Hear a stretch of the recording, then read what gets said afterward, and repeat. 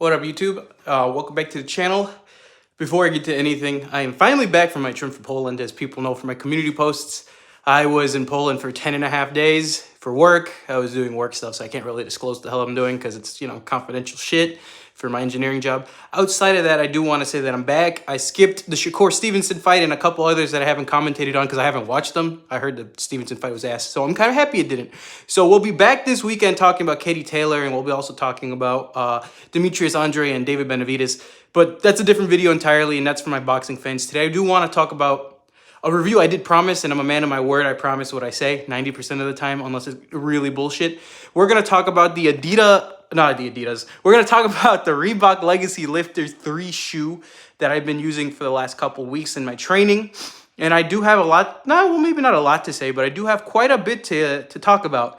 The shoe is my third pair of weightlifting shoes. For people who go back way with me in the channel, my first pair of weightlifting shoes, I still have them. I won't show them on video because it's crusty as hell, were the Adidas Powerlift 3.1s way back in 2017.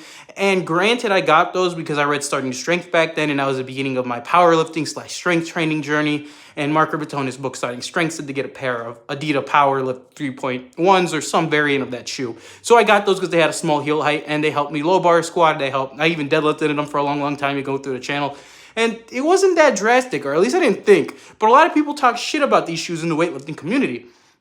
So flash forward about a year and a half ago, I was still doing powerlifting back then, and I also was 50 pounds heavier. I ended up buying the upgraded version of those shoes with the Adidas Powerlift 4.0s because my 3.1s have been used for like 5 years at that point. Well, maybe not 5, like 2018, 19, 20, 21, about 4 years. And the soles of them were kind of giving out, and they weren't really grippy, and they were really loose, and they were kind of just squatting heavy weights that I was getting to those points. We're talking 400 plus. Didn't feel necessarily the safest, so I decided to upgrade to 4.1s. I used those for powerlifting, right, for a while. And I did my competition in August last year, 2022, and you guys can still see it on the channels there, where I squatted 462 pounds in them, and they were decent. But after that, as you guys know, I got bored of powerlifting, and I felt kind of fat and out of shape, and I said I wanted to lose the fat, but I didn't want to feel so bad, so I switched to Olympic weightlifting. Long story short, I'm getting to the point is that I started weightlifting in Adidas Powerlift 4.0s. I post on r/weightlifting because I'm a nerd and I like Reddit and I like posting on there and people can see it. And people used to say, your shoes are ass, change them. And I never understood the specifics of why. So I finally decided to upgrade to Reebok Legacy Lifter 3, and there's a lot to say. So let's see the shoe first and then talk about why they're better than Adidas Powerlifts in general and why those are probably the worst weightlifting shoes you can fucking get, and I can finally see why people were talking about. So here is what we have. Here we have the Adidas Reebok the Reebok Legacy Lifter 3. Now, I do want to talk about the soles. The soles are amazing. The soles are super grippy. The soles genuinely are some of the craziest grip I felt on my deadlift platform. Like, I built my own deadlift platform. You guys can see it over there. You guys know that I use it all the time. First comparison. In my Powerlifts 4.0s, I would jerk, and I swear to God, it felt like I was on ice skates. It was kind of stupid in the fact that, like, I would split jerk, and I felt the fucking shoes slipping.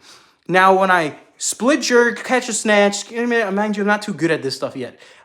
I feel more stable. In general, I do not feel like this shoe is going to slip off like my Adidas Powerlifts would when I was catching a jerk. They feel really stable. Now, second kind of interesting thing about these shoes is that the elevation. If you're coming from Adidas Powerlifts 4.0s, you're using about a 1/4 inch heel height. I think these are closer to an inch. Someone in the comments can correct me if I'm wrong. But these Reebok ones are definitely higher elevated than the Adidas Powerlift. I can tell you that off the bat, just feeling it. I'm not exactly sure on the specifics. You can roast me in the comments for that, but this is just a guy making his thoughts, right? So as you can see on these shoe, the elevated heel height is very obvious, right? Now you might be thinking, why does that matter? And for people who do just squat, you could probably do powerlifting these just real low bar squats, or snatches, clean and jerks. People might be wondering, why does that heel height matter? Well, twofold. Well, really one real big reason is the ankle flexibility that most people don't have. We're dudes, and most dudes are inflexible, me included. I can barely fucking stretch. The extra heel height these shoes provide make it way easier to get in a catching position for your snatch, a catching position for your jerk, a deep squat. They just help with that stuff. So if you're even powerlifting, having a higher heel height will help. Some people will tell you you should just get better without the shoes. I think that if you have shoes, fuck it, they exist for a reason. Use them. I never understood fix your ankle mobility. It's just sometimes it's hard. Get a pair of shoes and sometimes all your problems are resolved in 2 seconds. Now, let's talk about the comparison to the powerlifts. The powerlifts have such a small heel height that you barely feel it, and getting in those hard receiving positions with them wasn't necessarily difficult, but it didn't necessarily feel natural either. I think one of my first snatch sessions in these shoes that you can go on the channel, it's a short.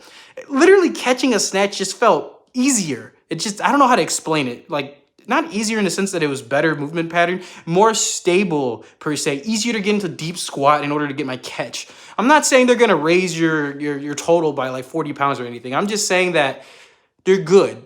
You get me? They're better than the Adidas though. That's just kind of where I'm getting at.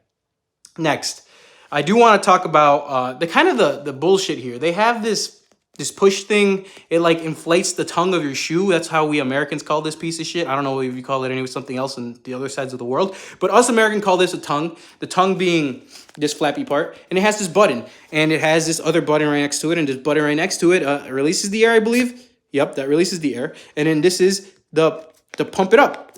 Now, is that a gimmick? Yeah, it's a gimmick. Let me tell you 100%. At least I was talking to my mother about these shoes the other day, and she says there used to be a gimmick back in the old 70s where people used to have the pump it up regular fucking Reebok shoes walking around. And I guess they decided to bring it into a weightlifting shoe. Does it do anything? I've pressed the button. I don't feel any real benefits to it. I have not pressed the button. I don't feel any difference. Then again, maybe I just don't get it. I guess it's supposed to make you feel more secure and more snug in them, but I don't feel jack shit. So it's a gimmick, in my opinion. Is it needed? No. Do you pay extra for it? Yeah, probably. Is it worth the extra $1 for it? Probably not. I don't think so. I mean, what other weightlifting shoe, what other lifting shoe in general has a pump it up method? None. Do you need it? No, you don't. I do think that what really gives this shoe stability on your leg isn't the pump it up bullshit. Rather, it's the nice strap. I think in comparison to the Adidas Powerlift shoes that I used to use all the time, my red and black ones, this strap goes all the way through. My Adidas Powerlift one would stop right about here, and it wouldn't really catch anything, if you guys can see that right about here. Now this goes all the way down here, and I feel like the Velcro on this is made of real good quality. As long as you don't leave it next to chalk and shit that's bullshit, it should be real grippy. I've used these shoes for a bunch of training sessions so far, and pretty good results. I've snatched 150 with these 150 pounds. Don't confuse it. I am an American. We don't use kilos. 150 pounds in these shoes. I have clean and jerked 210 in these, 215. You know, so they're baby numbers in pounds. I'm not that good at this shit. I just like doing it for fun. But I do think it's important to get this out of the way. These shoes are good. They're decent. I wouldn't necessarily buy them full price. I was lucky. The Reebok people were giving them on sale, 33% discount. So I got them for $130 versus the $200 price tag they put on them. If you can get them at a discount, they're worth the money. I don't think this pump it up method is worth the money for that $200 price. I do think the elevated heel height and the stable like soles of them do make it worth it. I haven't tried Nikes, although I hear they used to be good and they're shitty.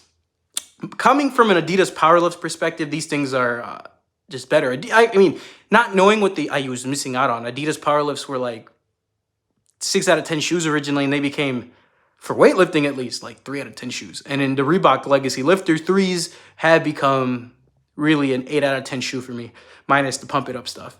So anyways, that's my thoughts on this. I felt like my review videos always get some type of traction, and you stay, because we talk about everything here. So please subscribe. I talk about boxing. I talk about lifting. I post my training.